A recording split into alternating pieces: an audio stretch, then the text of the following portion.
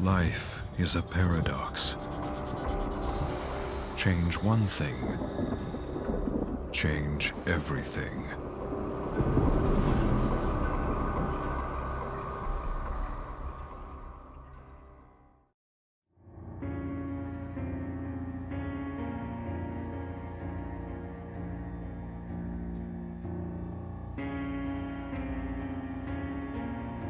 My microphone is muted. All right. So what's happening today is the devs are doing a question and answer period from home. They put up a tweet last week and asked people to respond to the tweet with questions that they had about the future of the game. They asked people to like the questions that they wanted to see answered the most on that tweet thread. And they have selected some questions that they are going to answer here now. Now, I don't know what they're going to ask, what they're going to answer. I don't know if this is live or if this is pre-recorded. The last couple of these that they have done have been pre-recorded. This one might be live. It might be pre-recorded also. Remember, this is just a watch party, everybody. I have no access to talk to the devs myself, and any questions that you all type in the chat will be seen by no one who can answer them. So if you write questions in the chat to the devs, they aren't going to respond to them because, one, they aren't live here with me, and two, as I said, the questions have all been predetermined already. So if you say, Paulie, you know, ask the devs when they're gonna change Quentin's face, I have no control over that. When does the new update come out? They haven't said officially Gauge Place, but they did say that the next chapter of The Rift is coming out next week. Those usually go live on Wednesdays, and we know that they can't push the new tome forward without a patch. So what I think is gonna happen is that the mid-chapter patch is going to come out on Tuesday, which will contain that clown rework and the new HUD. I'm assuming they might talk about that today too. The new HUD, the locomotion change animations for characters, the revamping of the Get In Meat Plant map, and the Asylum maps. That should all go live on Tuesday. And then on Wednesday, we should see the new tome unlock. And then, I don't know if y'all saw, but they tweeted out yesterday a sneak of some Year of the Ox, Lunar New Year cosmetics for the Wraith and the Deathslinger, which apparently wasn't supposed to be live yet because they instantly deleted it. But the internet is forever. You can't get away with stuff like that. Hey, if you like Doge and you're all interested about Doge and GameStop stock and AMC stock and Nokia stock and all these things that the young people are trying to gather together and invest in, this right here at the top of the screen is instant cryptocurrency that you get for free just being here. You just have to download the Incent app on your Apple or Android device, and you can zap that code on the screen or type it in the app, and you get free cryptocurrency. You get rewarded right here on this stream for putting your eyeballs on here. I reward you all for your loyalty. Whenever I live stream, you can get free cryptocurrency. And if you don't want the cryptocurrency, you always have the option to donate the cryptocurrency back to the streamer. So if you're a person who's like, oh, you know, I love watching this channel, but I can't financially support it by subbing or donating bits or things like that, I'm literally equipping you all with the ability to gather cryptocurrency and support me by donating it back to me. But it's yours to do with what you wish. You can put it in your wallet, hold it, watch it hopefully grow in value, but it's there for the taking. It's a pretty good deal. Doesn't cost you anything. I do have alerts turned off today. I will let y'all know that. So if I miss some bit donations or subs or anything like that, I apologize. I have Streamloots turned off as well. We are going to have a Valentine's Day collection coming up. I hope to resume my stream schedule tomorrow. I am sorry that I have not been streaming lately, but, you know, family has to come first. My son's watching the stream right now, so I don't want to talk too much about his business. That's his business is his business, but I just have some family stuff going on right now, and I just have to put my family first. As much as I love Dead by Daylight and love all of you, I hope that you can understand that. It's just things that have been out of my control that I have not been able to keep up my normal stream schedule. Hoping to get back in the saddle on that tomorrow.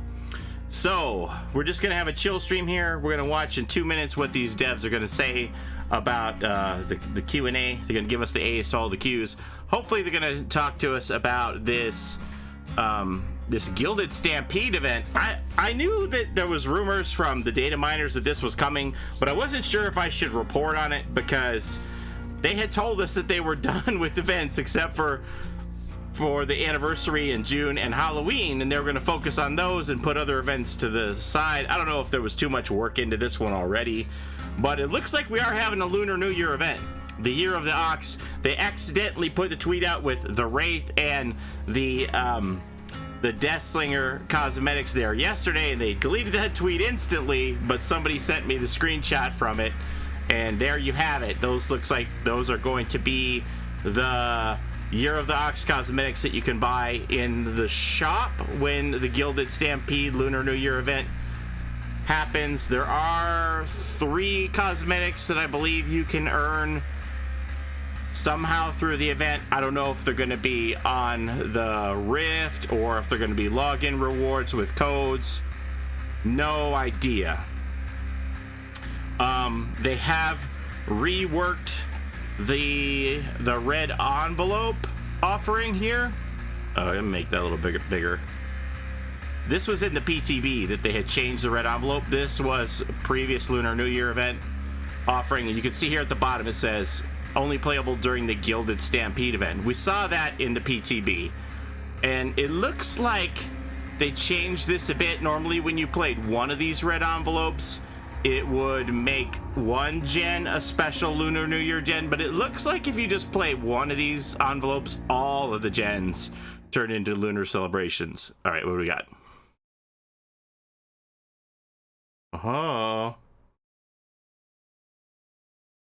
I'll try not to talk over them too much, guys. All right.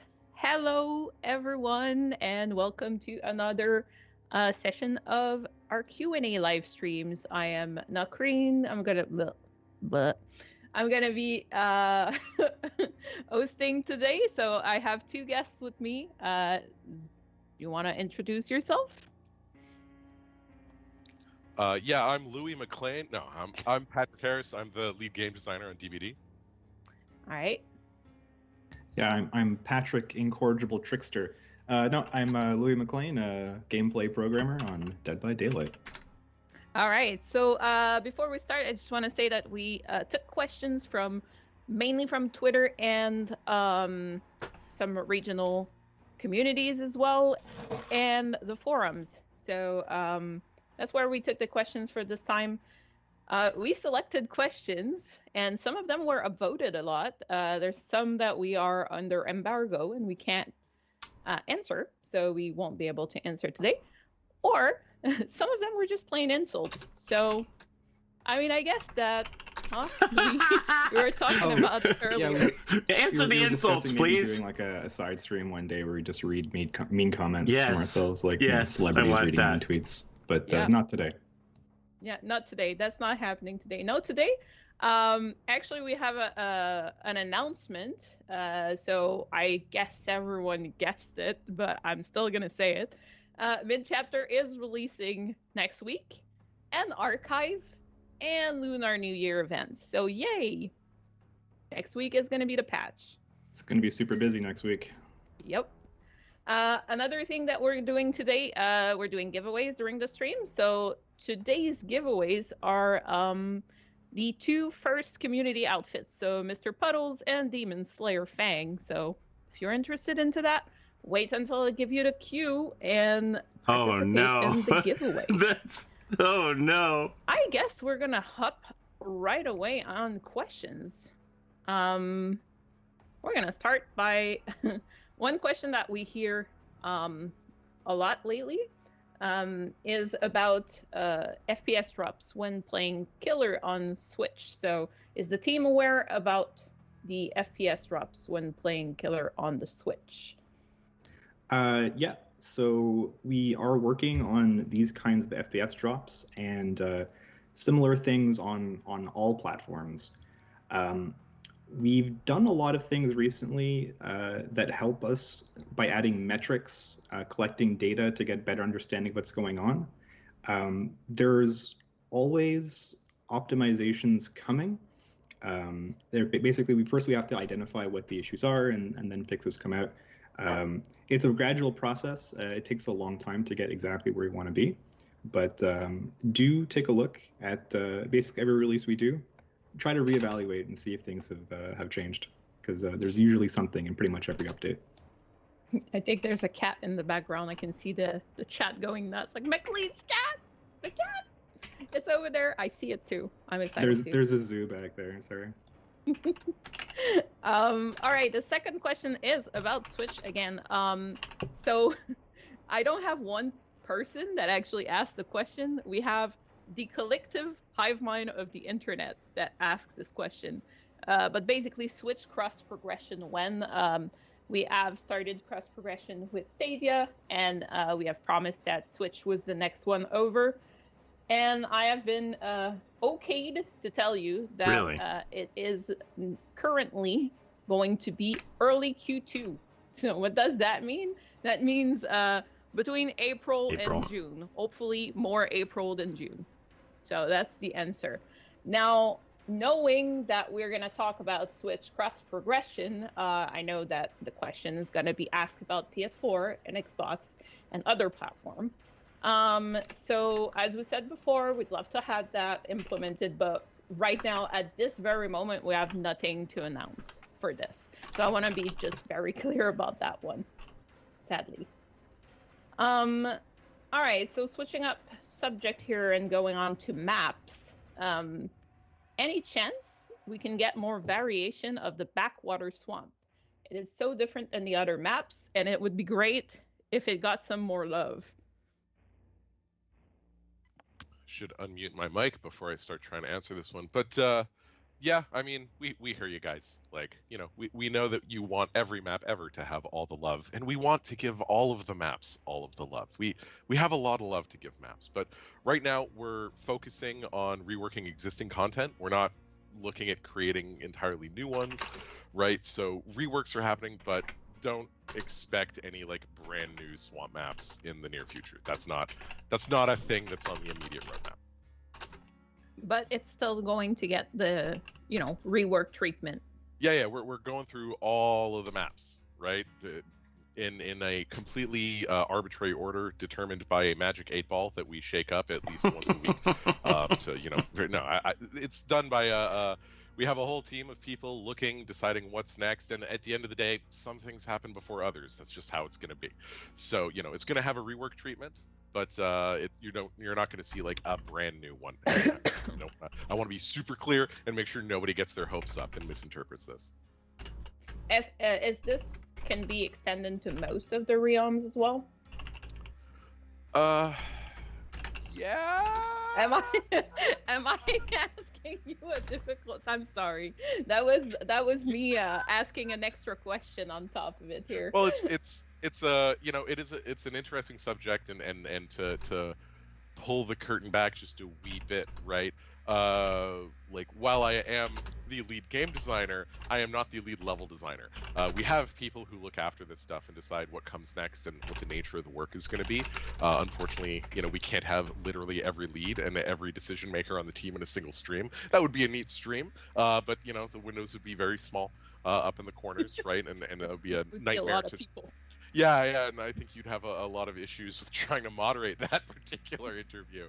But so I'm not necessarily the perfect person to ask for what exactly is going to come back next, which is why I'm kind of going, it means I don't necessarily know the answer. I'm sorry I pushed on that one. It's all all right. Are there any plans to rework Haddonfield, because Haddonfield's getting a lot of noises around it. I mean, yeah, it's getting the same kind of graphical update that everything else is getting, right? Mudskip, I know we're that doing guy! All the maps, guys, baby steps, one at a time. I don't know when they're all going to happen. I don't have any dates to hand you, but we're crawling through because we want to increase the visual fidelity and overall presentation of Dead by Daylight across the board. And one of the most important things, one of the most important elements to that is the maps, is how they look, and making sure that we update their looks, but without drastically impacting how they play. I say the word drastically because no matter what we do, we're going to impact how they play. And the intention here is to make sure that any impacts that we have are minor or positive, right? Things that we know that we're doing, going, okay, we're losing this little bit of gameplay, but we're going to gain something else somewhere else. And it's always good for everybody to notice that it's really easy for you to notice when you've lost something in a map, and it takes a lot longer to notice when you've gained something in the map. So, you know, there are cool things going on, but yeah, Haddonfield's going to see just as much love as the others. All right, awesome. We're switching up to UI. There was a lot of UI questions. I think I'm going to address them at the end, but we're going to do the specific questions first. There was a question about ultrawide. Sorry, guys. I'm having a little bit of a cat visit, let's say. So will we ever see support for ultrawide aspect ratio? The game currently keeping the same horizontal field of view, making the camera feel zoomed in. Well done. All we can say at the moment is that it's not in the immediate plan. It's not like it's not something that doesn't matter, but we can't say that it's on the current roadmap. All right. All right, this one is about the new UI. So in the new UI, killers are giving less hook information than survivor. Why did we do it like that? And are we planning to change it? Oh man, I have my notes here on this question, and I wrote a small essay, so I'll try to keep this brief for everyone because there's a lot of opinions on it. So just to be clear with everybody, this was done intentionally. This was something that the design team and the UI team talked about quite a bit to try to find the right balance on.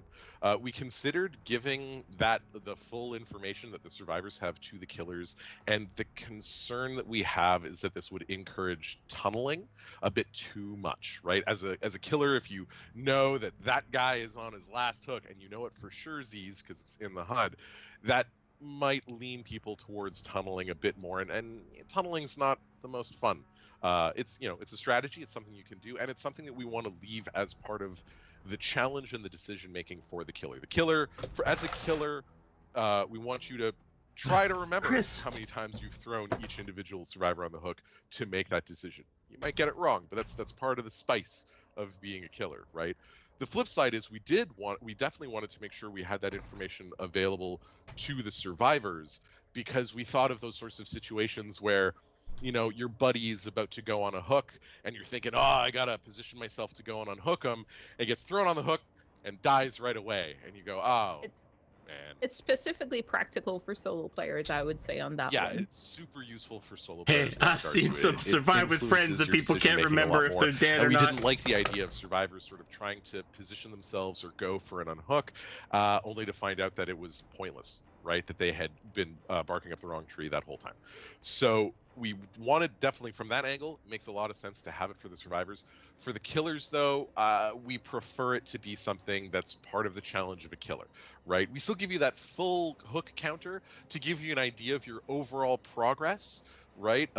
Hooking and killing the survivors, kind of the name of the game. I mean, your role is called killer, so that's the focus there, guys, but we did want to give you a little bit more of a way to track your progress towards that goal, but without giving too much specific information that we felt took away from the gameplay challenge and the mental aspect of being a killer, and also didn't encourage those sorts of negative gameplay situations. Like, you know, tunneling's not always fun, right? It has an advantage as a killer to go do it, but we want to make sure that if you do it, it feels like you earned it and not that the HUD just handed you the information on a platter.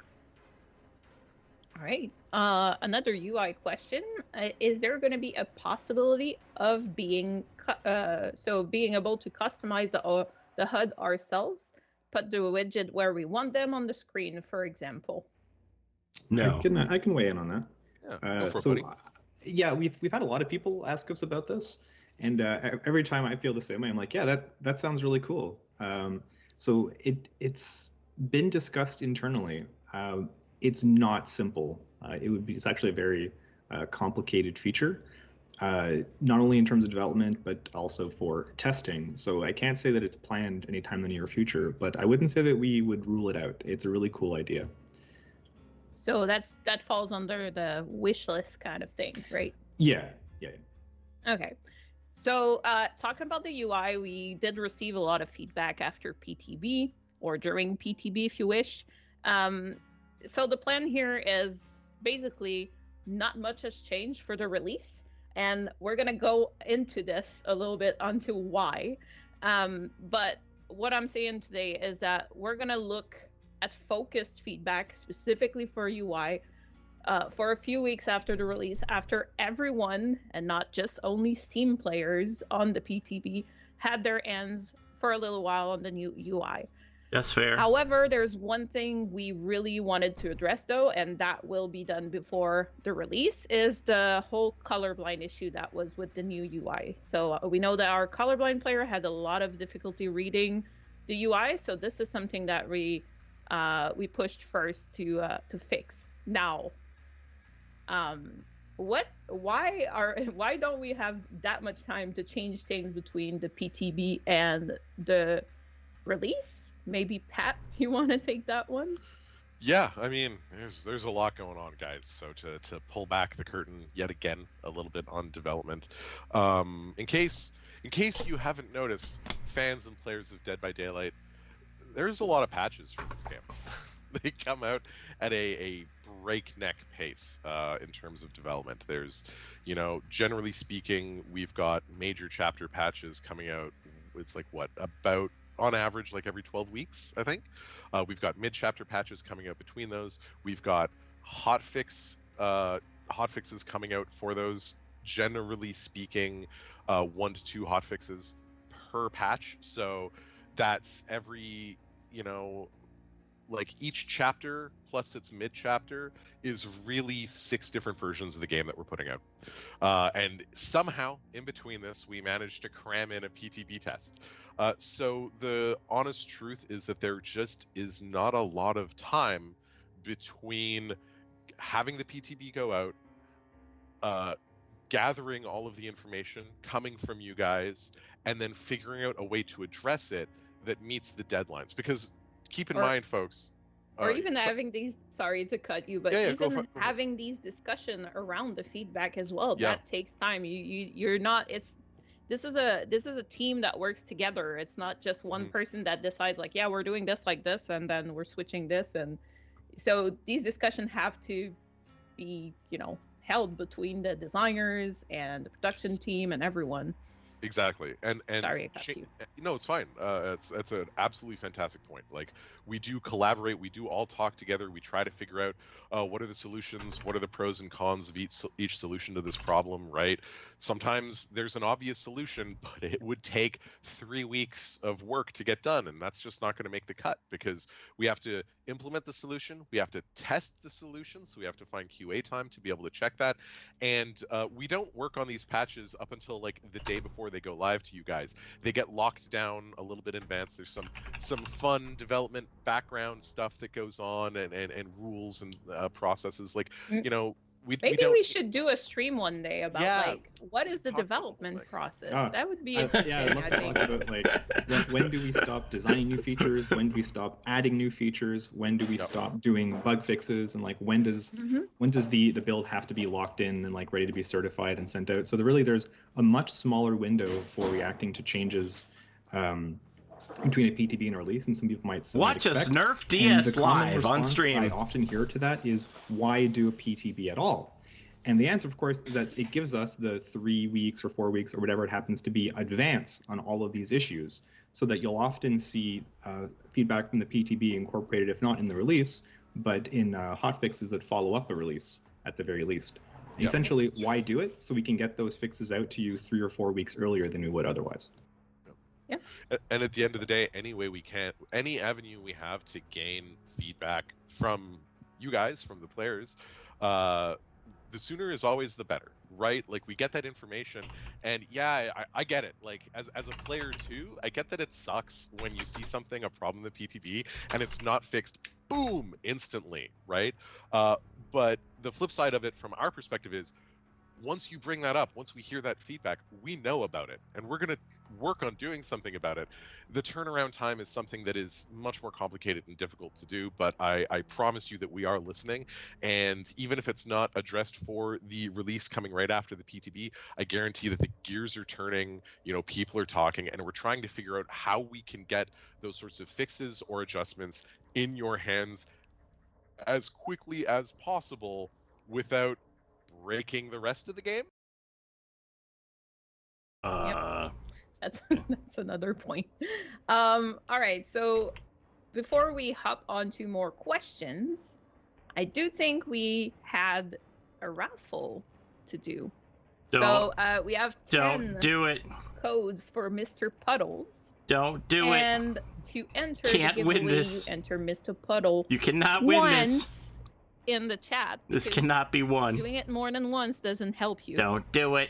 And just I'm gonna judge you. Your whispers are open because I'm gonna judge you if you type it in. DM you your prize. So good luck, everyone, and I will tell you when the raffle is closed. Who said I So you farted? can stop spamming Mr. Puddles.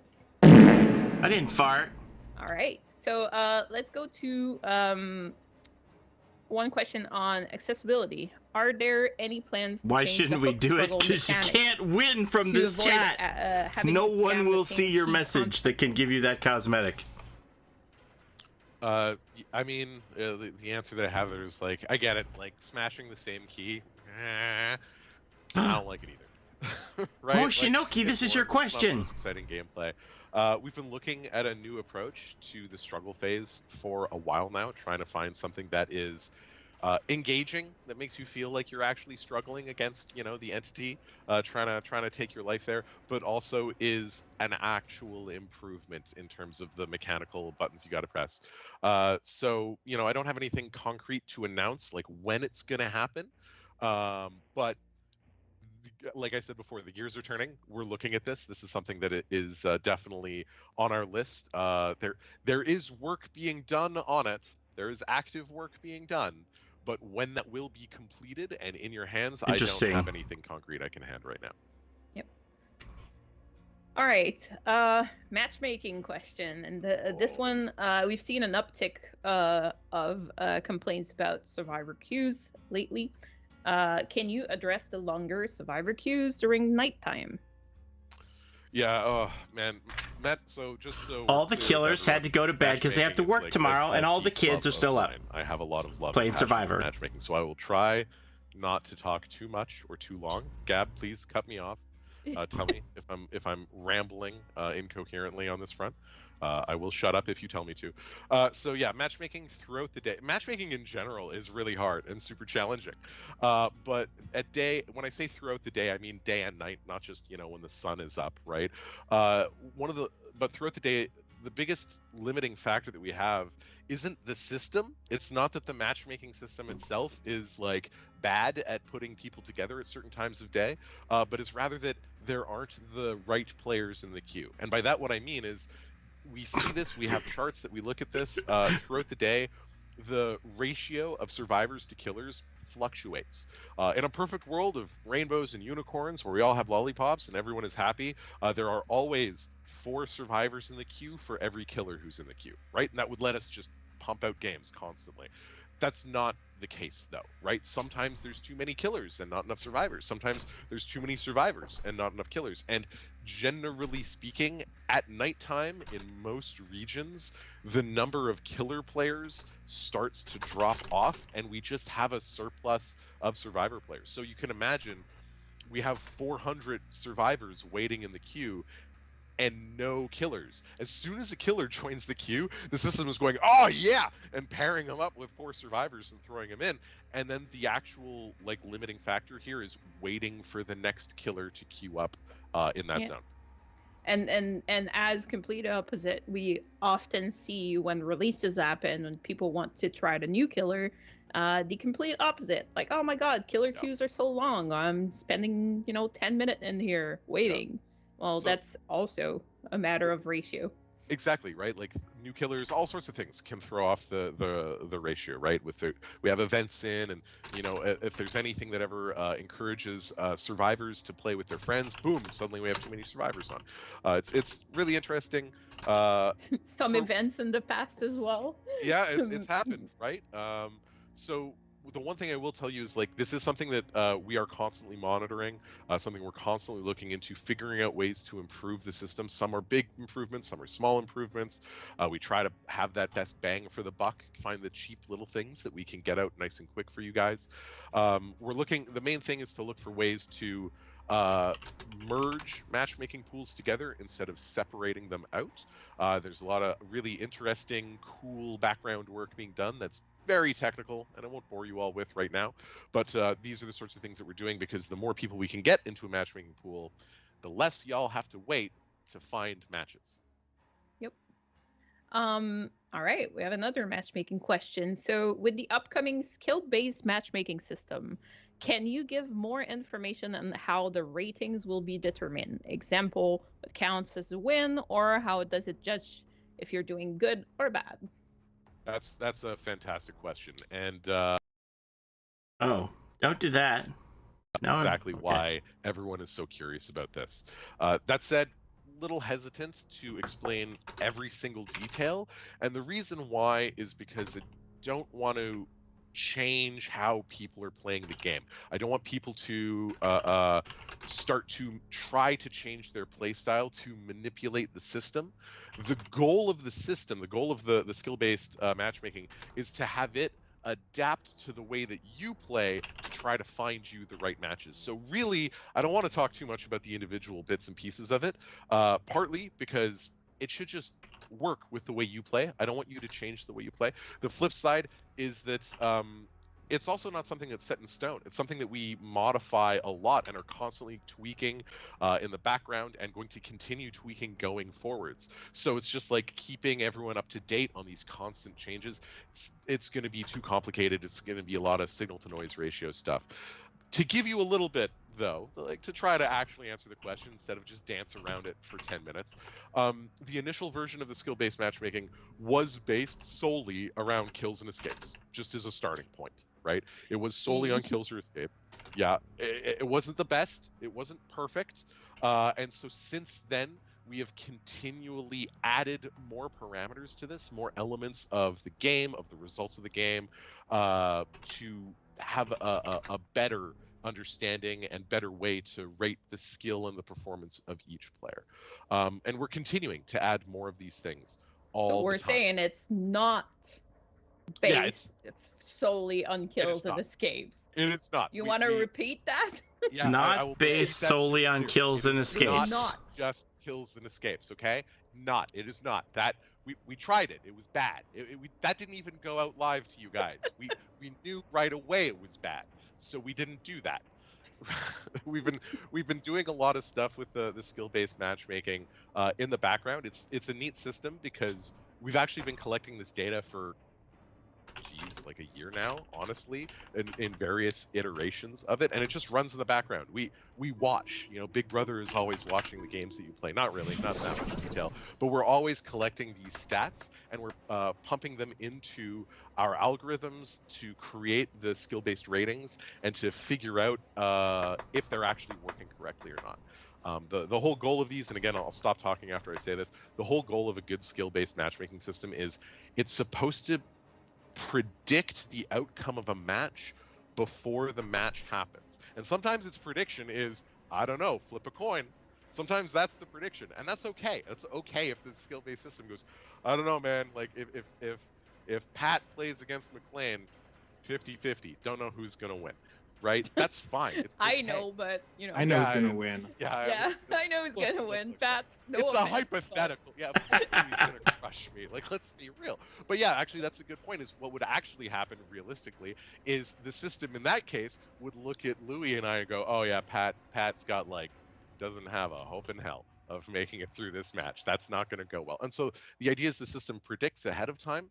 And then what we do is we check those predictions off of how accurate they are. So if the system keeps saying Pat should never win that game, but I'm actually winning 9 out of 10 games, well, we know there's something wrong with the system, right? And that's how we tweak these. So we're constantly working on getting this predictive system being more accurate in its predictions.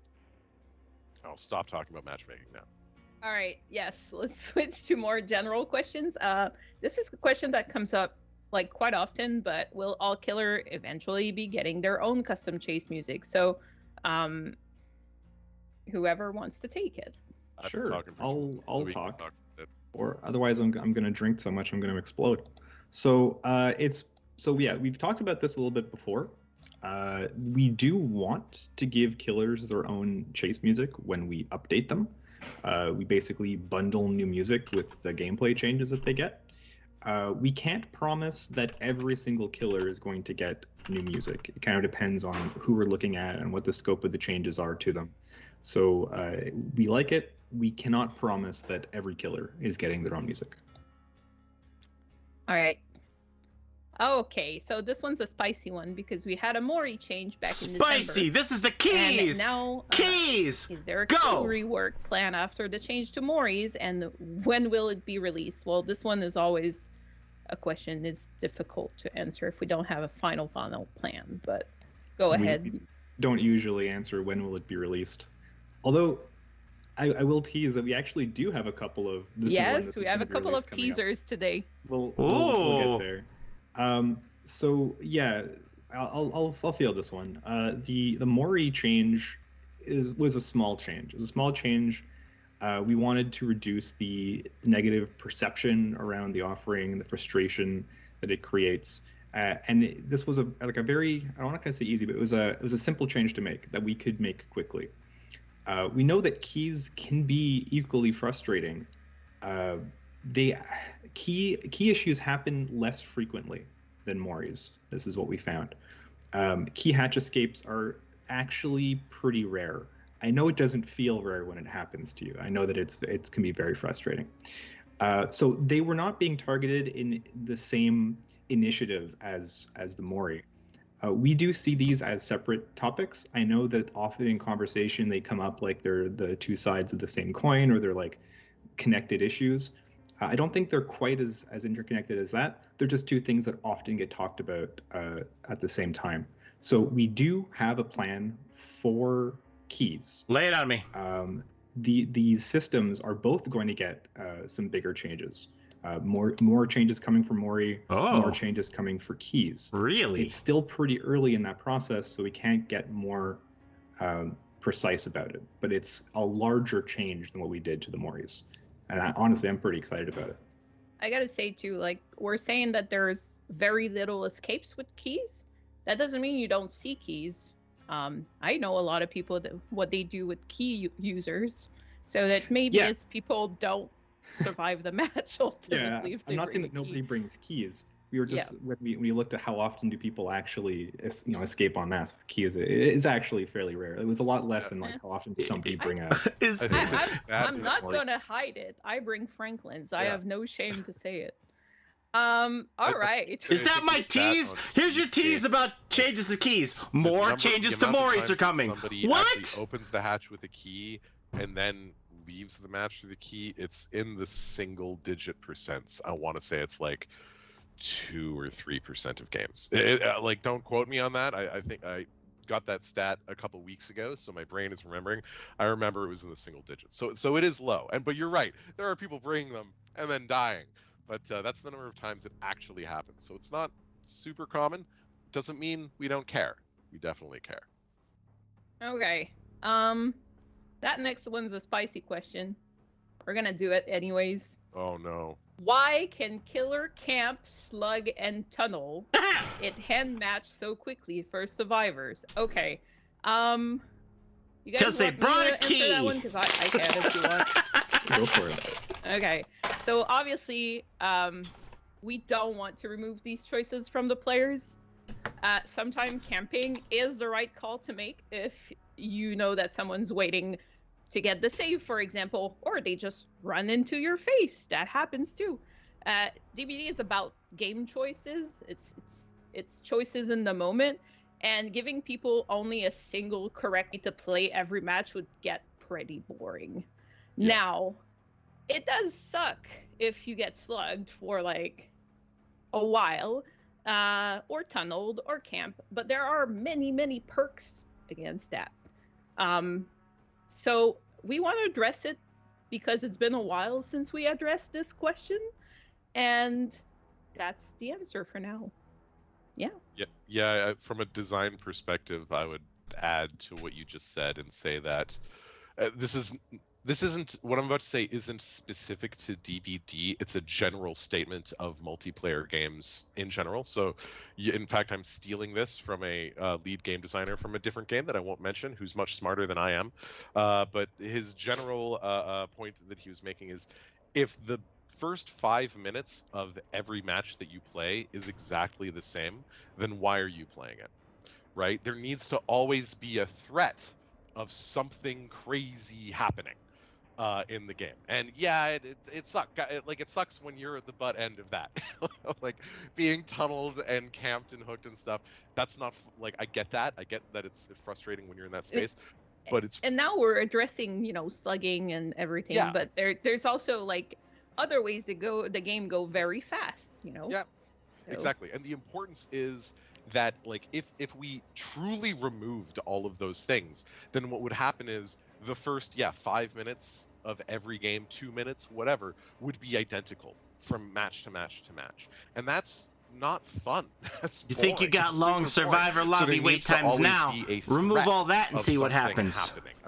Like the potential for excitement of craziness happening right from the beginning of the match, and that's what actually deep down keeps you engaged. That said, just to be clear, we're always looking at making sure that it's not total garbage, totally unbalanced, but that's the nature of the beast. You're always going to end up having the threat, the possibility, and occasionally the occurrence of something that seems frustrating like that. You'll have to trust our judgment when we say that the alternative of completely leveling that playing field would be way more boring. Yep. All right. Moving on. So, will we ever get blood points if someone disconnect before the match starts? So, okay. Lots of waiting in queue, loading, then getting booted back with no rewards. Okay, I get it. At first, I was like, what, without playing the game? Sorry. Yeah, exactly. No, I can take this one as the resident matchmaking mastermind here. Disconnect logic and penalties are something that we're always looking to improve. I know I keep saying we're always looking to improve things, but it's the truth.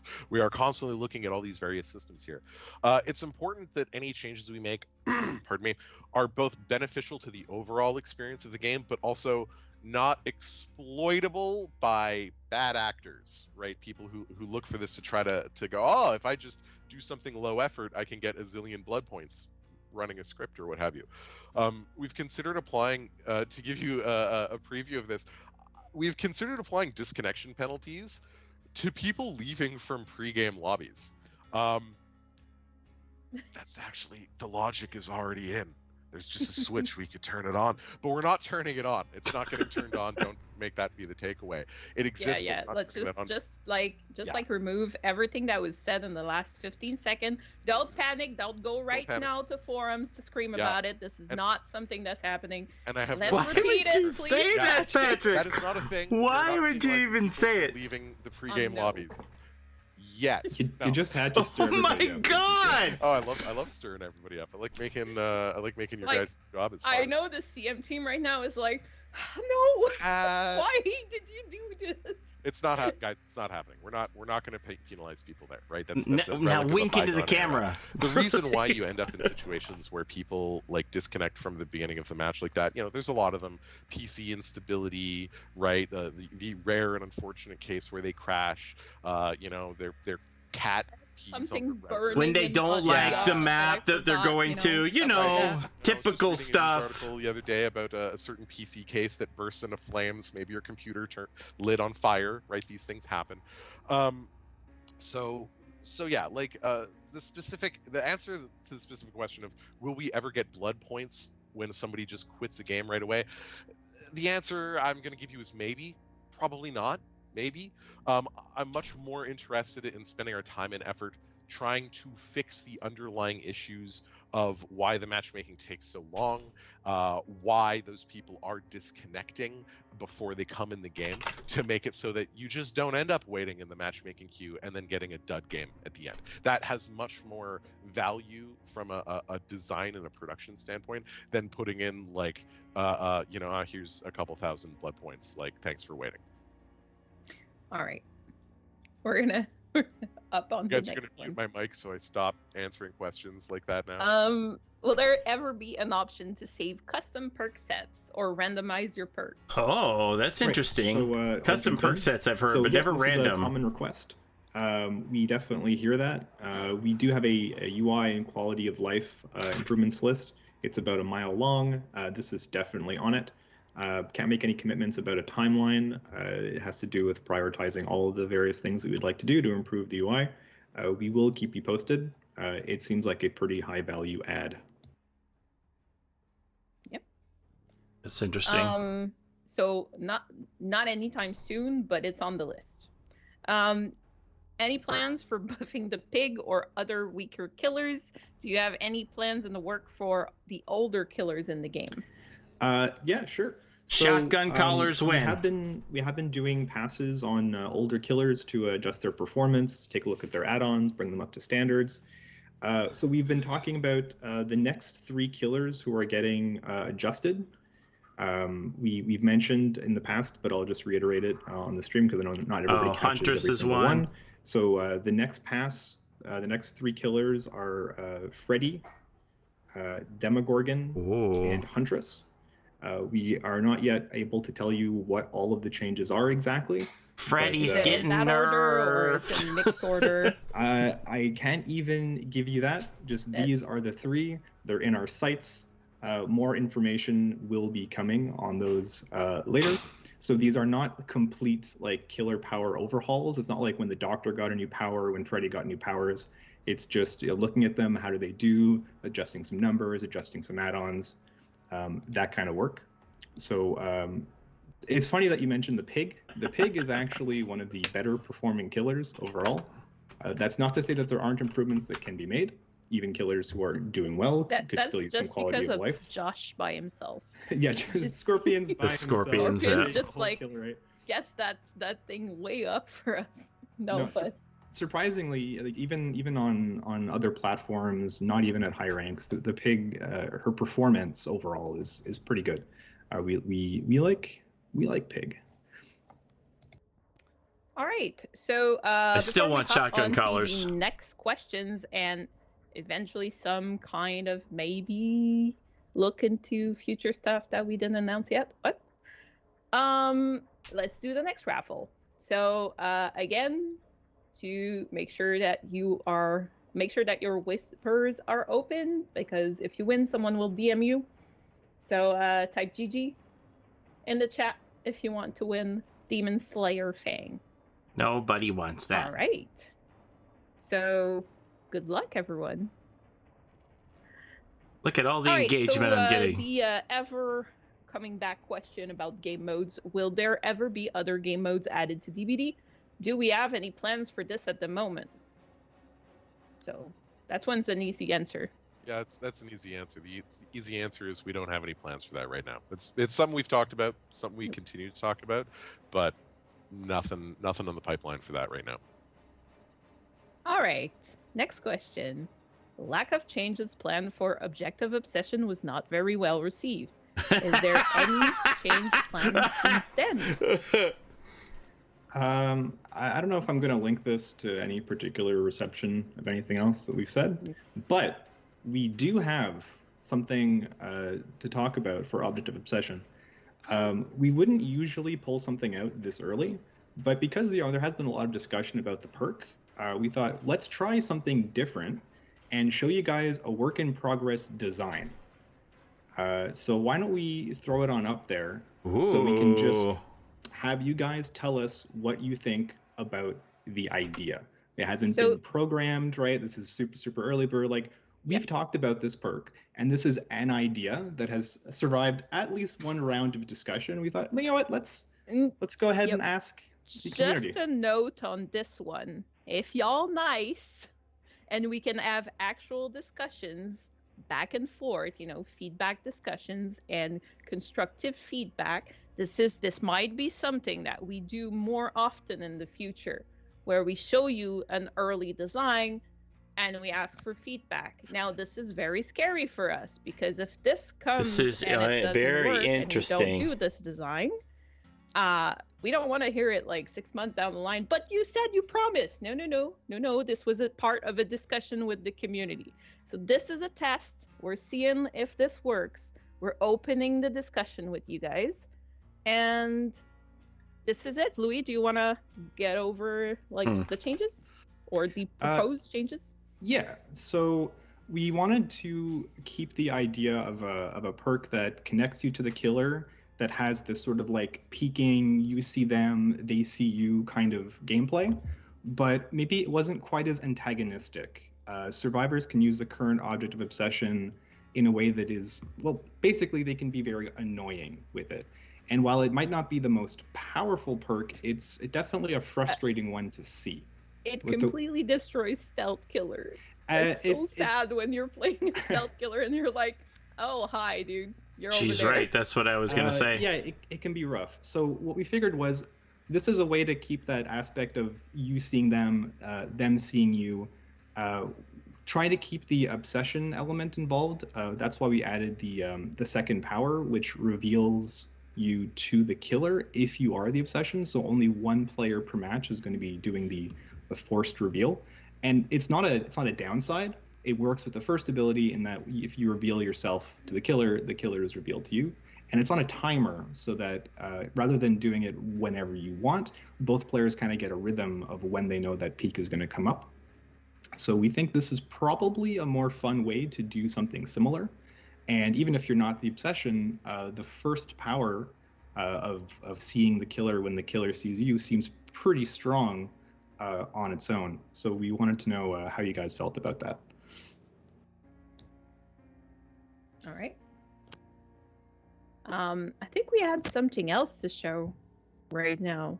Yeah. So talking about that. So when would this change happen? No idea. We were bringing this up a lot earlier than we normally would.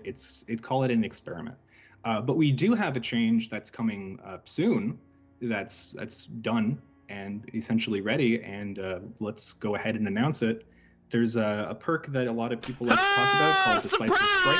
So we have a change coming up for that, not in the mid-chapter, but in the chapter after that. So not next week, but the next thing that comes out after that is going to be the Decisive Strike change. We've talked about this perk a lot internally. There were a lot of different options we felt to assuage some of the frustrations that people feel about the perk. The direction we went with was disabling the ability if the survivor does actions that advance their objectives, essentially. So it stays available until you've, let's say, done something useful. So if you're actually getting tunneled, you're going to be able to use DS. If you're aggressively repairing a generator in the vicinity, wow, your DS is gone. Oh yeah. My God! And when we made this change, we expect that immediate feedback will include a lot of questions about whether you can still use a locker. And we didn't take that one lightly. There was a lot of discussion about that one. We talked amongst the designers. We talked to some players about this. And we decided that we were going to keep the locker behavior the way it is for now. It's something that you do in a chase. It can kind of force the conclusion of the interaction earlier than it would otherwise. And for right now, we think it's okay to stay. This is another thing you can give us feedback about if you disagree. We are going to be reading about these perk changes, I think, pretty closely. Yep. Okay, so let's move on. So this is planned for. I'm so stunned I forgot to get a screen grab. and not the next one over right now, not the mid chapter. It is coming in the chapter, not the mid chapter. All right. All right. So for the winners for Fang have been poked. So good job and congrats. Let's go to the next question because we're like running late a little bit. So okay, that one. How do you plan to deal with making the community happy with perks and the devs happy with perks at the same time to reduce controversy? I just want to start before you guys take the question by saying you can't ever make everyone happy about everything. Like never. There's too many different people in the world. But knowing that, you guys. Yeah, I mean, knowing that, right? Perks are at the core of the DVD gameplay experience, and we have no intention of stop making them, no intention to make them safer, like to not rock the boat, or the new perks are exciting for both the players and honestly the developers. We love seeing the creative uses that everybody comes up with that we didn't foresee. Last count, there's something like 160 perks in the game. There's like 150, and it keeps going. Whatever, some number. You're a DVD dev. Name all perks. Yeah, name all perks. Yeah, no, thank you.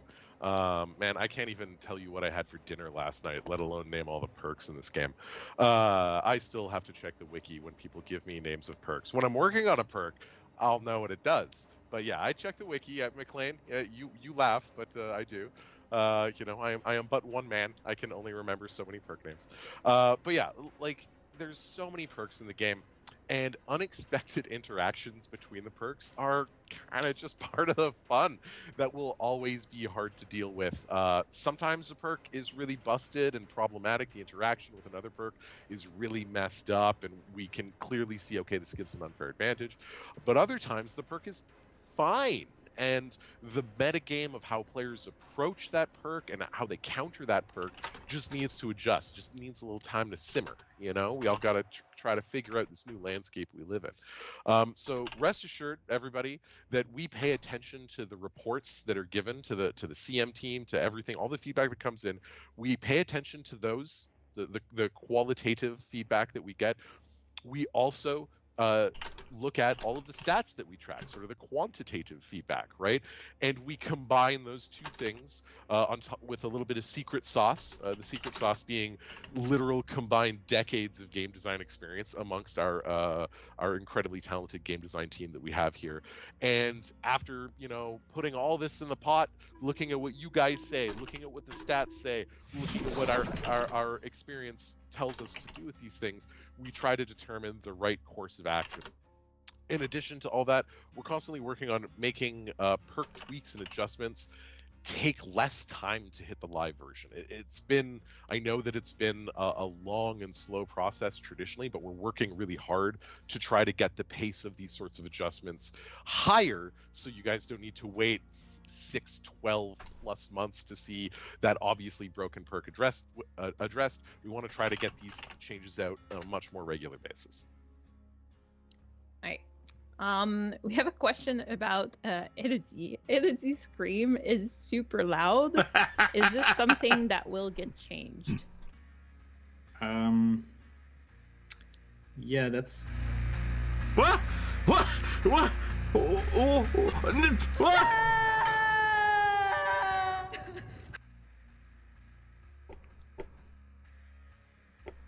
I thought they were trolling us.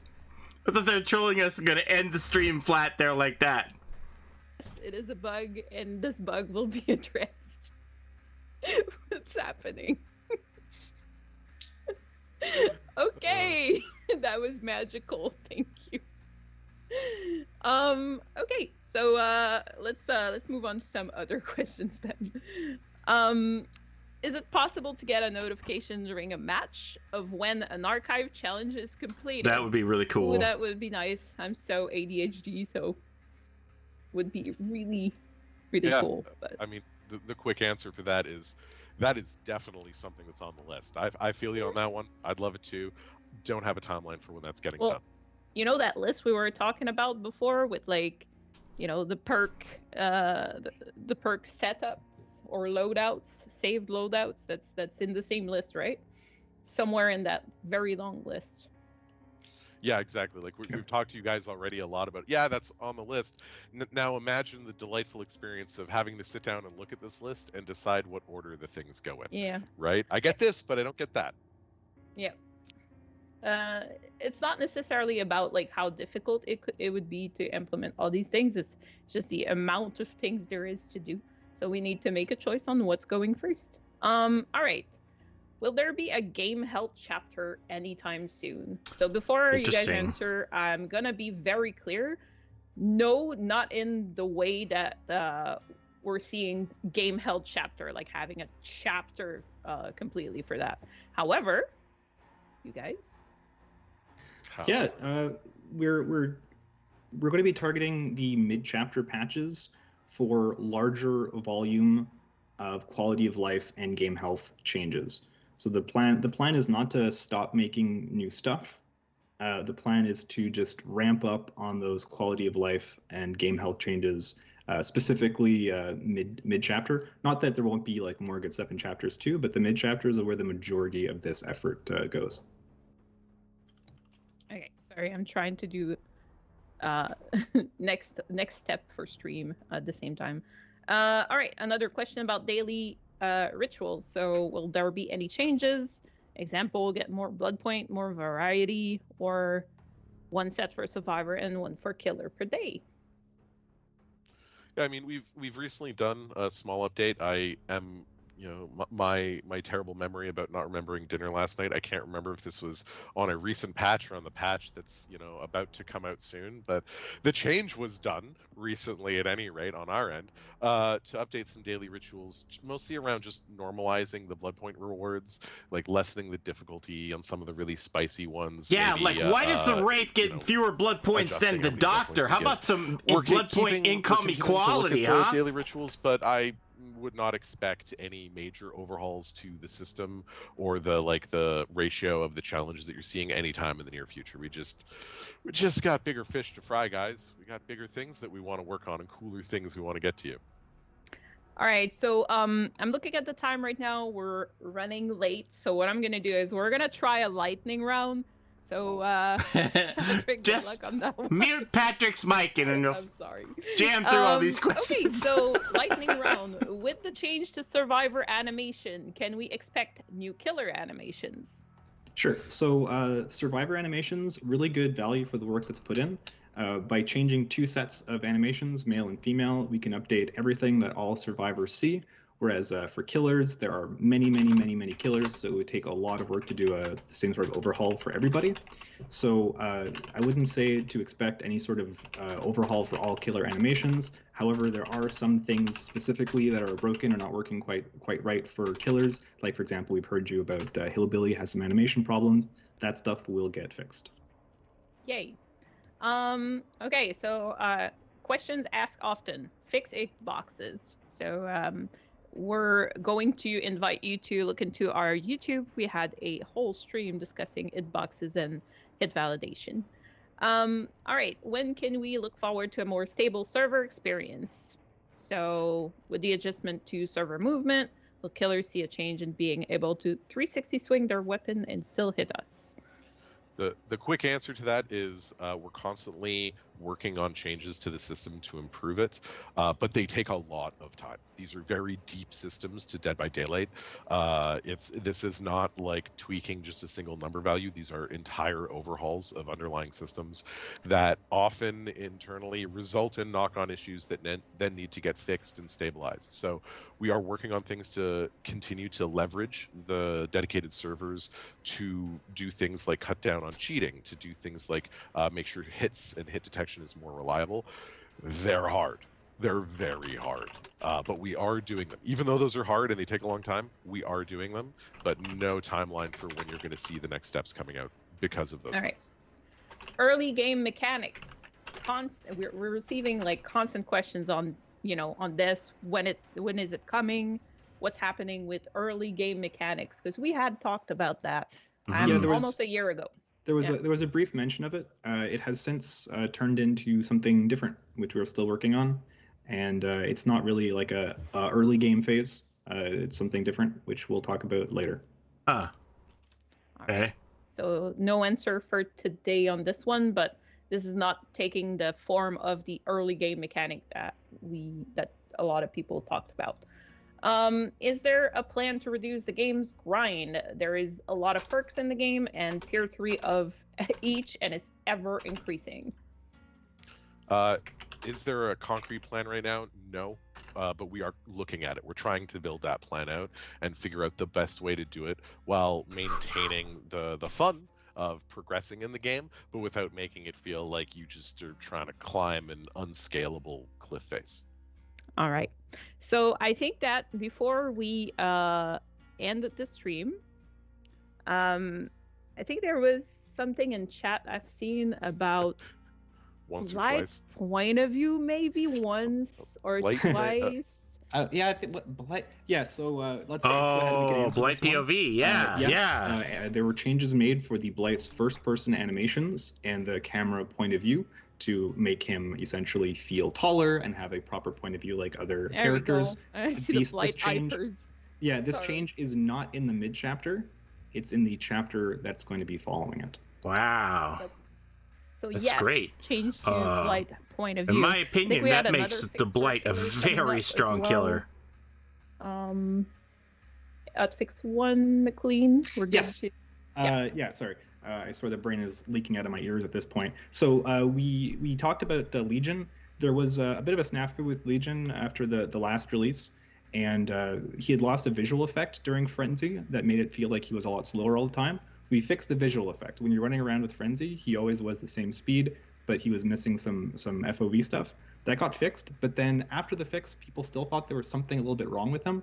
We identified the issue. It was acceleration during the Frenzy attack. Specifically, that has been fixed, and that is coming not in the release, but in the first follow-up patch.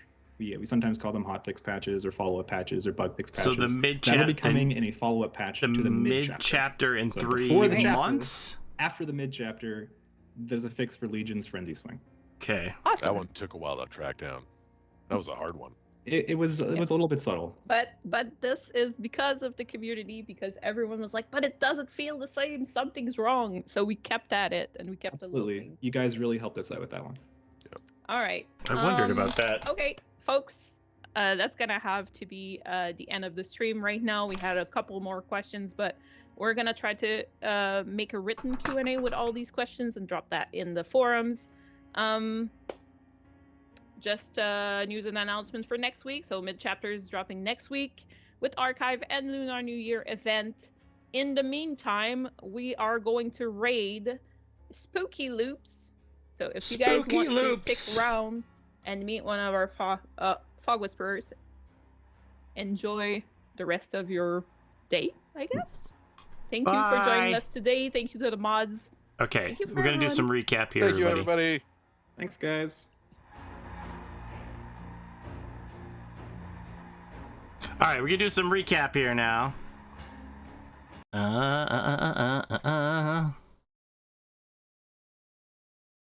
Boop.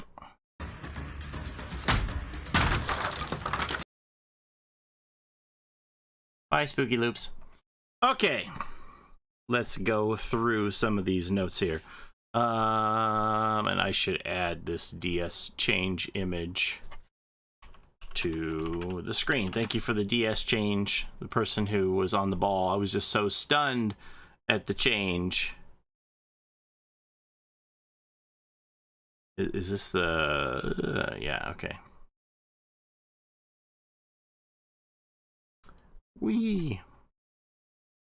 All right, we will put that to the side for now.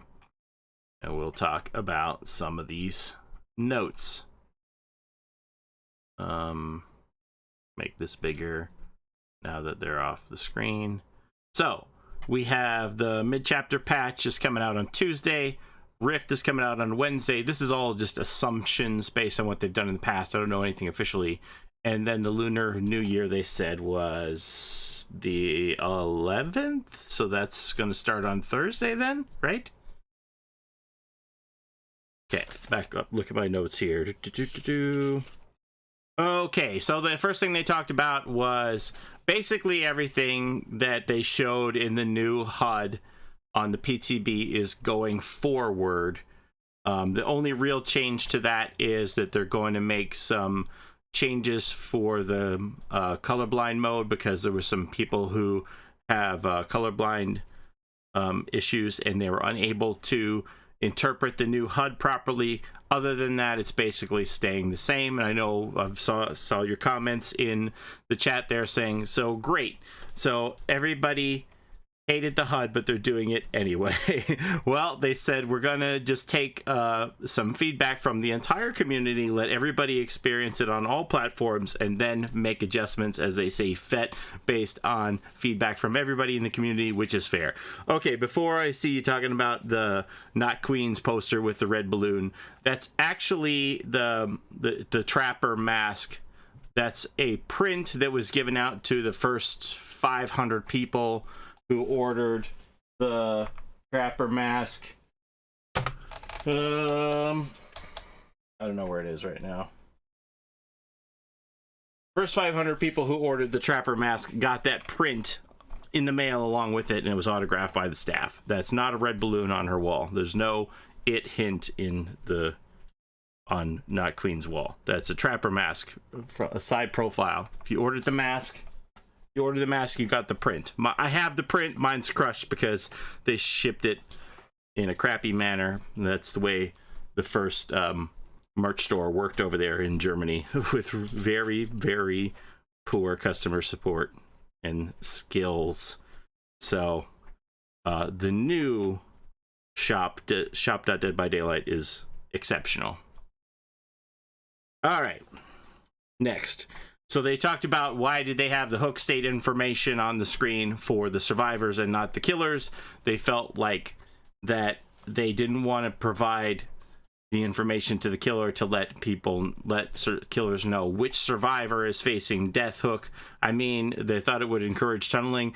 I think most of the time the killer kind of knows who is on death hook and who they can tunnel out of the game if they want to.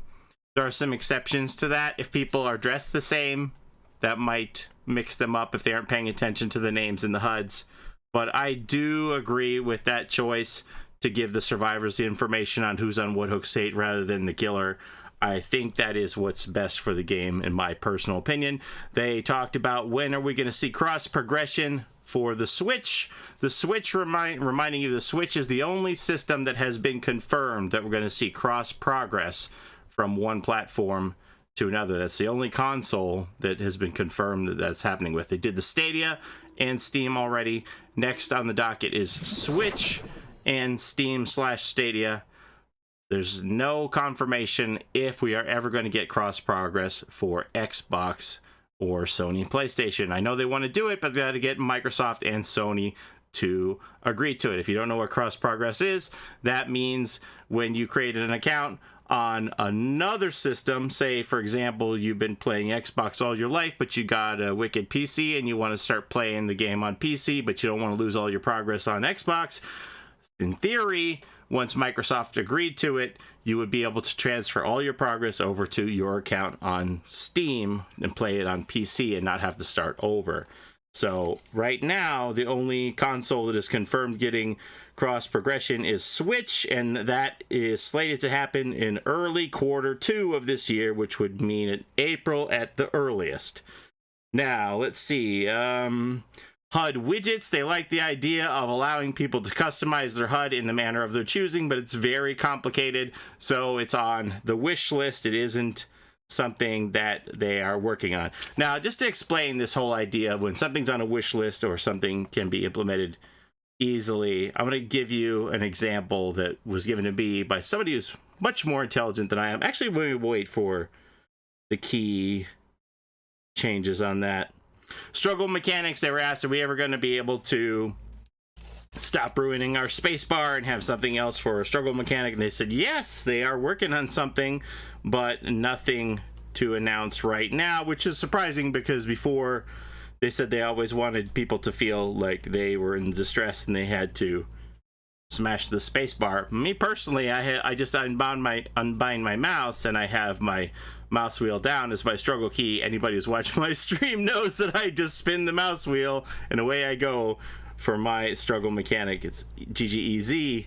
Matchmaking, they want to know, why does it take so much time for Survivor to get a match at a certain time of the day? I saw somebody in the chat there said that this game is 100% in favor of the killers. If that were true, why do survivors have to wait for matches for so long? So obviously that cannot be the case. I think if anything, the game is still survivor sided, and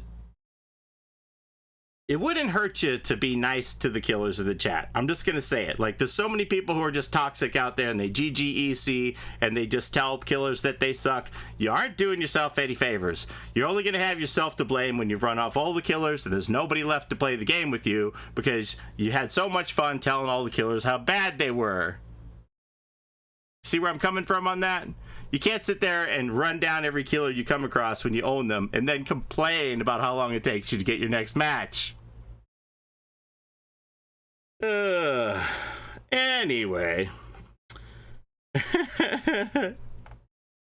Okay, so the new MMR is coming. It's going to come with this mid-chapter patch. The MMR is your matchmaking rating, so they aren't going to match people up based on rank. Rank is not going to matter at all when you're having lobbies put together based on it's going to be based on this matchmaking rating, not on rank. Rank is going to be used purely for a reward mechanic from now on, to give you blood points once you reach rank 1 as a killer or a survivor for each season. So that's the only thing rank is going to be used for, not for matchmaking at all. Instead, matchmaking is going to go based on this MMR, and the idea behind the MMR is that you'll have a different MMR. Your skill rating will differ from one killer to the next, so that if you are the best hillbilly in Earth, but you're the worst nurse on Earth, it won't expect you to have the same success when you're playing nurse as when you play hillbilly. Your matchmaking rating will be different for each killer that you play. And you're going to have the skill rating, and they said the skill rating is not going to be based solely on kills and escapes. So they're going to give you points for, I don't know, altruism, unhooks, doing gens. Killers will get it for knockdowns, trapping people, downing people, hooking them, etc., etc. I'm quite confident that one of these data miners is going to go through and pick the whole formula apart and say, this is how you get your matchmaking rating, but we'll see what happens with that. Now, the keys with Maury's, they said we have a teaser for you about keys, and they basically said that changes are coming to keys and to Maury's again. So that was our teaser. Do I still have this graphic here for the key changes, key nerf? Yes. Okay. So this was the initial explanation about why they changed keys, Maury's initially, and not keys. Maury's have been an offering that's been complained about for a long time, as are keys, and we declared some time back that we would be making adjustments to both of these items. We didn't say it would be at the same time. In fact, the key rework is going to take some time longer, as the Maury was a much quicker fix to implement, as it was a change of conditions, whilst keys might need an animation rework, add-on pass, etc. Also, it's fair to say that Maury's are stronger than keys. A Maury can end a match much quicker than a key, as there's more conditions to being able to use the key. Gens have to be completed, or the killer has to have killed other survivors, etc. There's infinitely more gameplay around keys than there is around Maury's. Perks can also affect keys, whereas there's no counterplay to a Maury at all. And I do agree with what they said here. I think that it's much easier for somebody who brings a Maury in the game to implement it than it is for somebody who brings a key in the game to use it. If you've watched my streams, you have seen these nights where John Paul Cardenas has said, I'm going to bring a key every game because they're going to nerf keys eventually, so I'm going to bring a key every match, and then we go like the whole night and don't use a single one of his keys. So I think that that's a reasonable explanation. And so this whole idea about something being on your wish list or something that can be easily changed. I'll give you this explanation that somebody gave to me. So let's say you're a baker and you bake bagels, and somebody comes in and they say, oh, I'd like to get a bagel. Like, sure thing. You take the bagel, you put it in the oven, and the bagel's starting to cook. Maybe it's even prepared and done. You remove it from the oven, and the person goes, oh my gosh, I forgot. I want to get sesame seeds on that. No problem. Take the sesame seeds, you sprinkle it on top. There you go. There's your sesame seed bagel. Done. Let's say, same thing. You pull the bagel out of the oven and you go to hand it to the customer. They go, oh, I forgot. I wanted that gluten-free. Well, that's a much more difficult thing to change, and that's the explanation that I give to you here about making these HUD changes, where you can just snap your fingers and turn it into widgets that you can move around the screen, or making a change to a mori compared to a key. Making the change to a mori is flicking a switch and saying now the person has to be hooked 2 times before you can mori them. That's the sesame seeds. Changing the whole animation for how a key is going to work and decide, how long it's going to take to open a hatch with a key and all this stuff, that's trying to take the gluten out of a bagel that's already baked. Make sense? All right. Let's see. Oh, so we have the new Rift coming next week, and the nurse is going to be one of the characters who is in the new Rift, which is going to mean there's going to be a lot of people who are trying to get their challenges done as nurse who aren't necessarily very experienced or good at playing nurse. So hopefully this will be the MMR in action that people who have very rarely played nurse, play nurse badly, or have never played nurse before will have this low MMR skill rating on their nurses, so that they won't be going up against the cream of the crop survivors that they normally get with their favorite killer. So we're going to see how this works in action, I think, from the get-go. Okay, the one question that says, when are you going to remove camping, slugging, and tunneling? If you think it takes long to get a survivor match right now, if you take away camping, tunneling, and slugging away from killers, wait and see how long it takes you to get a match then. You really have to, I know it's not fun when that stuff happens to you, you just have to grin and bear it and move on to the next game. You cannot remove the player choice from the killer in this way. They paid their money to play the game. They should be able to have the freedom to play the game in the manner of their own choosing. If somebody feels like they're losing gens quickly and they want to tunnel one person out so they only have to go 3v1 to have a chance rather than facing gens popping left and right and continuing on this 4v1 by changing targets, they have to have the freedom to do that. Same thing with the camping. Camping is not fun. If somebody gets under somebody's skin and they just decide that they're going to make sure that person dies no matter what and camps them, they should have the freedom and flexibility to do that. Honestly, I think that too many times people rely on these crutch words like I got tunneled, like you played the game. That's what happened. It's just another way that somebody chose to play the game, and you have to live with it. I just think that trying to force the killer's hand to play in a certain way of a survivor rule book would just be so detrimental to the game, and it would be a very poor decision to do that. The killers have to have the flexibility to play the game in the manner of their own choosing. Okay, now they talked about having preset perk sets and randomized perks. That's the first time I ever heard of the randomized perk idea, but that's very cool. But I have seen some setups and even thought about making a video showcasing what somebody did, where they showed how you could take the UI and have 3 predetermined sets of perks. Like, say you want to do a farm build for points with We're Gonna Live Forever and Borrow Time, or if you want to have like a Plunderer perk where you want to go get items, different things like that. And you could just have the perk builds preset. You just click 1, 2, or 3 and it would fill in your perks rather than you going through and hunting for what you want to do for each perk set. I think that's a great idea. I also saw the same thing for outfits. If you had 3 favorite outfits that you had for a character, you could predetermine them in some blocks 1, 2, and 3 and say, this is outfit 1, 2, or 3, and you just click those and you don't have to go through all your cosmetics to put them together. I think those are wonderful quality of life ideas. They said that the Huntress, Freddy, and the Demogorgon are the next next 3 killers that are going to be changed, not necessarily in that order. I do believe that Freddy's changes will be a nerf. Freddy is very strong. He's one of the best killers out there in the game. I saw people in the chat saying that they think that he is overrated, but I disagree.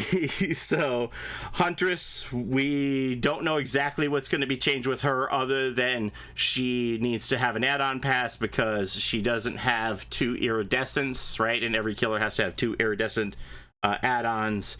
And I believe the Demogorgon changes are also add-on related. So they aren't going to be wide sweeping changes to their powers.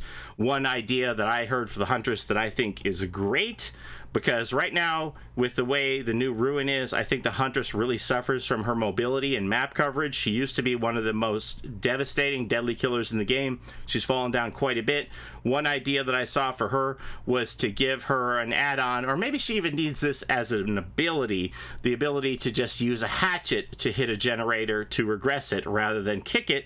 And I thought that was a fascinating idea, allowing her to use a weapon from her arsenal to regress a gen and have it act just as a kick. Now, of course, you have to be a very skilled Huntress for this to happen. Otherwise, if you're, throwing hatchet after hatchet trying to hit the generator to regress it, well, you might as well just walked over there and kicked it to regress it yourself. But I think that's a very interesting idea. Not something that I am aware that the devs have on their radar, but I think it's a pretty good one. And they said that they don't have any intentions to do anything with the pig right now on their radar, because she isn't one of those next 3 killers on the list. She has a very high kill percentage. I would like to see a shotgun collar concept come in for her, the same way that Freddy has 2 different abilities, like with the Dream Snares and the Dream Pallets. You could have a secondary ability for her to change from reverse bear traps to shotgun collars. I think that would be a really cool concept to spice her up. I saw somebody come up with that idea, and I thought about doing a Vigo's Think Tank video on that as well. Object of Obsession. That was an interesting change that they put up there for Object of Obsession. I saw somebody say that just makes it a worse version of Alert now. Yes and no. I do think Object is very penalizing to killers, especially Survive with Friends. There were times where I would run around with my SWF group, and we would all put on Object of Obsession and open-handed, and we'd just call out the whole game where the killer is, and it was like easy mode when you can see the killer's every move. Object of Obsession really hurts the stealth killers. When I have somebody asleep as Freddy and they can just wall hack, see me through the wall, it's very frustrating, impossible to mind game them when they can see exactly what I'm doing.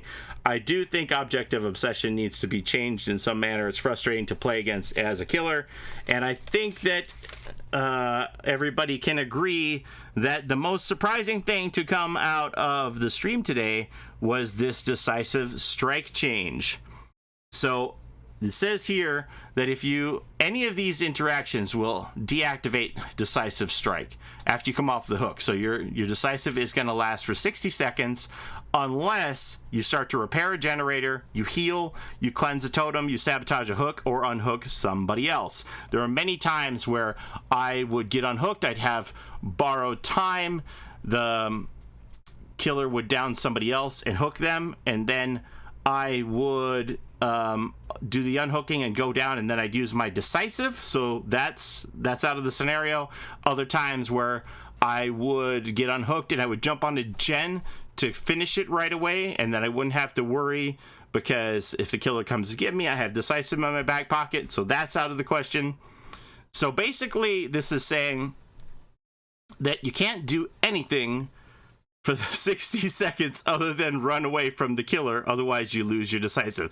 This is a very interesting rework on this. The only one that really concerns me is the healing. Does that mean if I heal myself, if somebody goes to heal me under the hook, do I lose my decisive right away?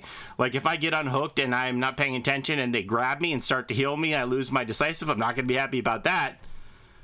Does that mean, like, they have to define healing for me? Does that mean, like, I have healed all the way and now I don't have decisive anymore? I need a better definition about the healing aspect of that. Because if they unhook me and I think I have time to heal, but then they come running back to the hook and my decisive's gone, that's gonna suck. So that's the only one that I'm really concerned about.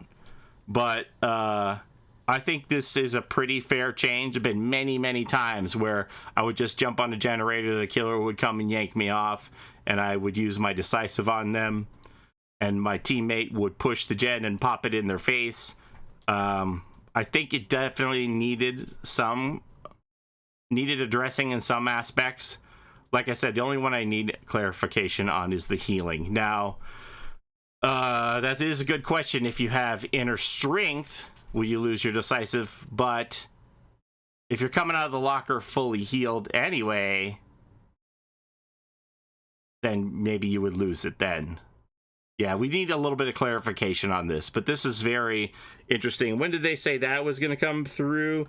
Not until the next chapter. Not with this mid-chapter coming next week. It would be 6 weeks, 7 weeks down the road from that.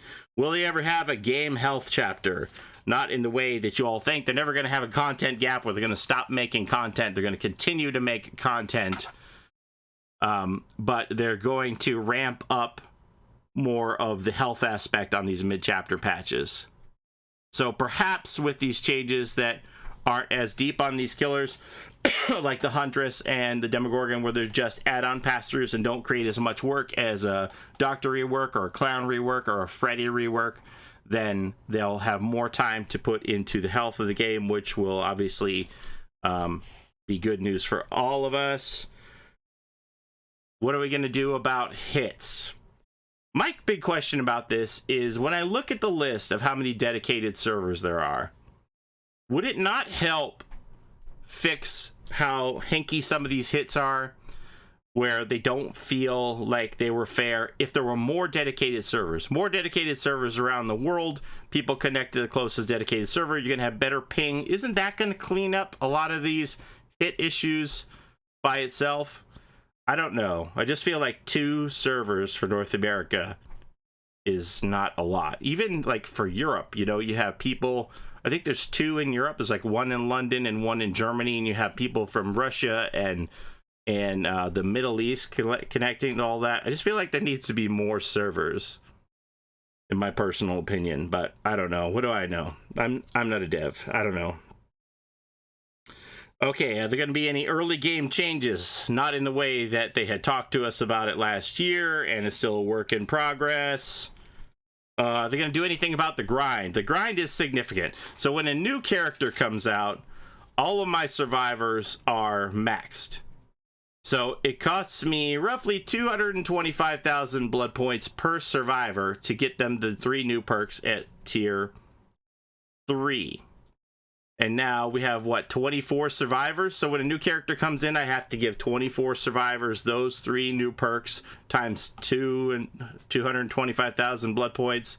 So I'm looking at, you know, 5-6 million out of the gate blood points just to get my existing survivors back to max, not including the new character, getting them up to P3 level 50 with all the perks. Not that I haven't done it. I have done it, but it's a lot. You know, not everybody plays as much as I normally do. So it's a lot. So yeah, I think the grind needs to be looked at. And the Blight POV change is coming in chapter 18.2, which is great news. So we're going to raise the visibility up of the Blight so he could see over some of these obstacles. I think this makes the Blight, kicks the Blight up a notch for lethality as a better killer. Like 1 letter grade when that happens. The Blight is an incredibly deadly killer in the right hands, and I'm glad that they are looking at that. And then the Legion fix, that's going to come in mid-chapter. What are we looking at? What chapter are we on anyway? 19 is next? I've lost track. So not the mid-chapter. Yeah, 19's next, right? We're at 18 and a half coming out next week, right? So 19 and a half will be the Legion fix for the acceleration. So that's what's coming up. Some surprises, some not so many surprises. This Lunar New Year, where's the red envelope here? This one? The Gilded Stampede event This was from the PTB. As a killer, hook a survivor on a Lunar Celebration hook to earn bonus blood points. As a survivor, whenever a Lunar Celebration generator is repaired, you earn bonus blood points.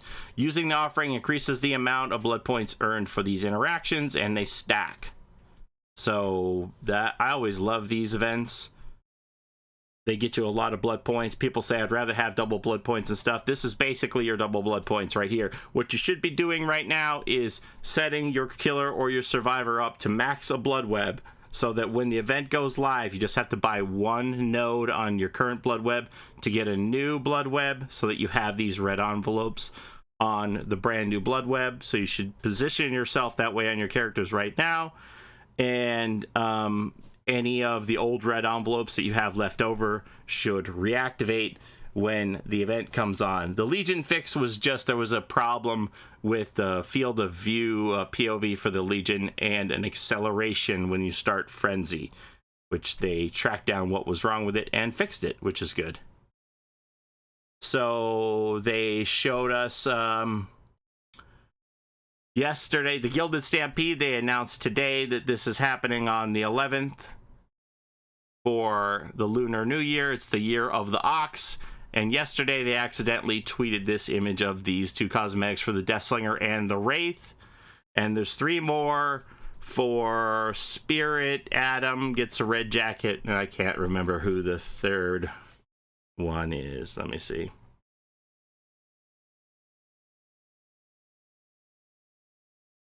Maybe I have the image here.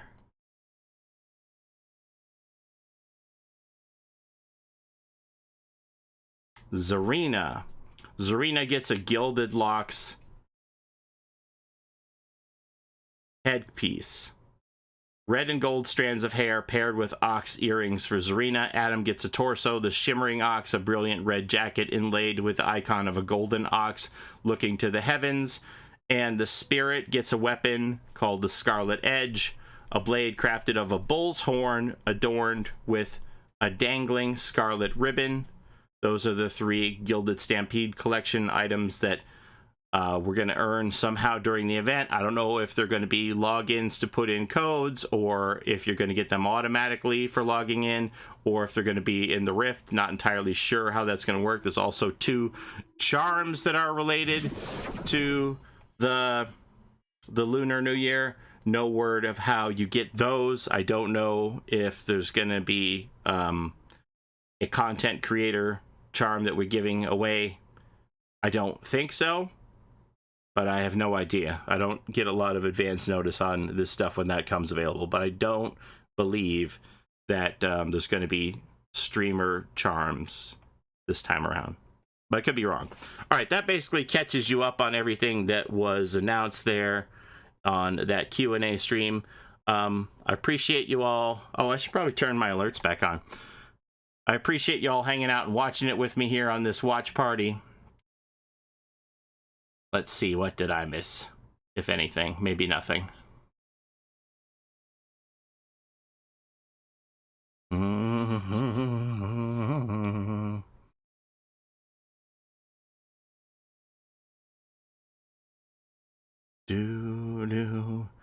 Gustavo became a member. Oh, I don't have it on. Wah, wah, wah, wah. That's what I said. What changed about DS? You want to see that one more time? DS will become deactivated if you do any of these actions while you're in your 60-second state there. If you repair a gen, if you heal, if you cleanse a totem, sabo a hook, or unhook somebody else, you will lose your decisive strike.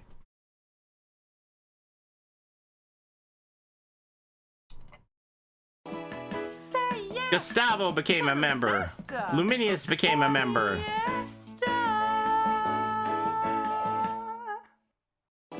Say yes to the zesta of polyester.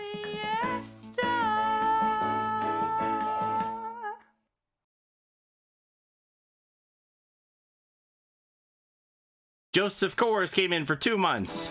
Say yes to the zesta of polyester.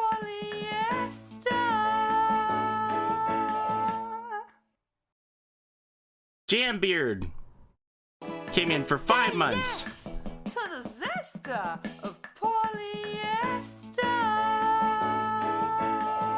Ruth Ann with the 12 months with the Amazon Prime, Twitch Prime sub. Thank you so much, Ruth Ann. Of polyester. And Azatherian with the 5 months. To the zester of polyester. And Ruby Slips with the 13 months, the Baker's Dozen. Say yes to the zester of polyester. Game Time coming in with the 9 months. Thank you all so much. Say yes to the zester of polyester. I had the alerts turned off so that it wouldn't. Say yes to the Susan Pearl coming in with the 4 months. Thank you so much. I had the alerts turned off so that it wouldn't disrupt the stream while they were doing the Q&A there. So appreciate everybody with all of those subs. And Bad Wolf Bay, thank you for the biddies during the stream. Thanks to everybody for that. Okay. Sarah Myers, I see you. All right, that's it for me. I'm gonna go see what my family is doing. Thanks for hanging out with me for these couple of hours. I'm looking forward to streaming again tomorrow night, getting back in the saddle, and I'm also looking forward to this Gilded Stampede event. All my survivors are already ready. They're all maxed and all their blood webs are ready, so I'm ready for this. Any blood points I have been getting, I've just been putting into the twins right now to get the twins up to Prestige 3. I still have a long way to go on that. So that's all I've been doing. I've only played Dead by Daylight once in almost the last 2 weeks, which is very unusual for me. That never happens unless I'm on vacation. I'm always playing DBD every day, whether you see me stream or not. Very rare that a day goes by that I don't play. So this has been a very different time for me, but as I said, you know, my family comes first, so I have to look after them. But tomorrow night we're gonna make some time for y'all. I've missed y'all, so we'll stream again tomorrow night, and we're gonna get a Valentine's Day stream loots collection ready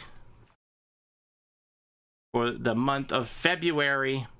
What do you think about that, Polly? You excited about that?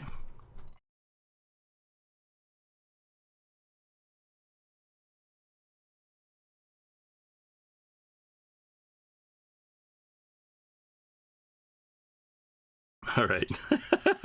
Is that too loud? Do I need to adjust the volume on that card? So you're letting me know?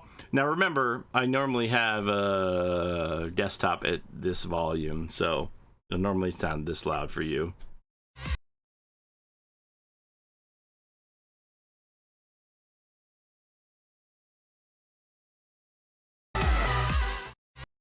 Louder! What? I can't hear you. All right, maybe we'll adjust the volume on that one. We'll have to do some tweaking on that card here. So, note to self, not 100% volume. We'll put that at 75% volume.